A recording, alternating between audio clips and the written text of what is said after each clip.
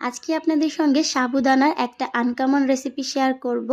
অনেকেই আছেন যারা বলে থাকেন যে বাচ্চারা সাবুদানাটা খেতে ভীষণ পছন্দ করে। পার্সোনালি আমার বাচ্চাও কিন্তু সাবুদানা খেতে অনেক পছন্দ করে।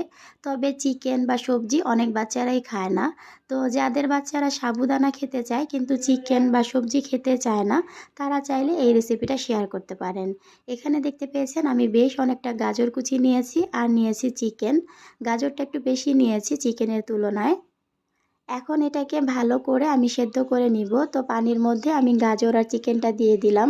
সেই সঙ্গে দিয়ে দিচ্ছি 1 চিমটির মতো গোলমরিচের গুঁড়া। গোলমরিচের গুঁড়া হালকা একটা ঝাল আনবে, অনেক বেশি না।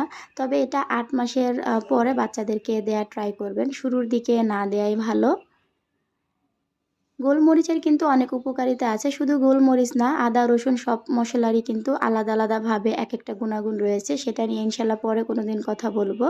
তো এখানে আমি সব কিছু সেদ্ধ করে নিয়েছি। আর সেদ্ধ করে নেওয়ার পরে যে পানিটা হয়েছে ওইটা কিন্তু একদমই ফেলে দেওয়া যাবে না। কারণ গাজর আর চিকেনের সব পুষ্টি গুণাগুণ কিন্তু ওই পানির মধ্যেই চলে গেছে। ওইটা যদি আপনারা ফেলে দেন তাহলে কিন্তু খাবারটা পর্যাপ্ত পুষ্টিকর হবে না।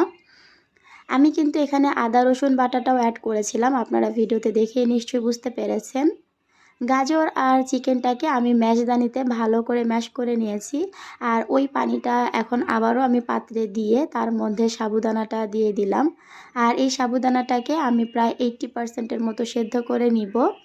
যখন এটা 80%-এর মতো সেদ্ধ হয়ে যাবে তখন ম্যাশ করে রাখা গাজর আর চিকেনটা আমি এখানে অ্যাড করে দিব। এই গাজরটা অ্যাড করার পর এই খাবারের কালারটা এত সুন্দর হয়ে যায়, দেখলেই খেতে ইচ্ছা হয়। আর এটা কিন্তু অনেক বেশি হেলদি একটা খাবার।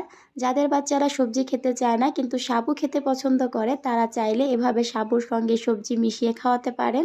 চিকেন অথবা ফিশ দিয়েও কিন্তু এই খাবারটা করে দিতে পারেন, বাচ্চারা অনেক মজা করে খাবে। শুধু সাবুতে কিন্তু সেরকম কোনো পুষ্টিমান থাকে না, তো এটার সাথে পুষ্টিকর করার জন্য আপনারা বিভিন্ন জিনিস অ্যাড করে বাচ্চাকে খাওয়াতে পারেন। এই যে আমার মজাদার সাবু আর চিকেনের রেসিপি কিন্তু রেডি।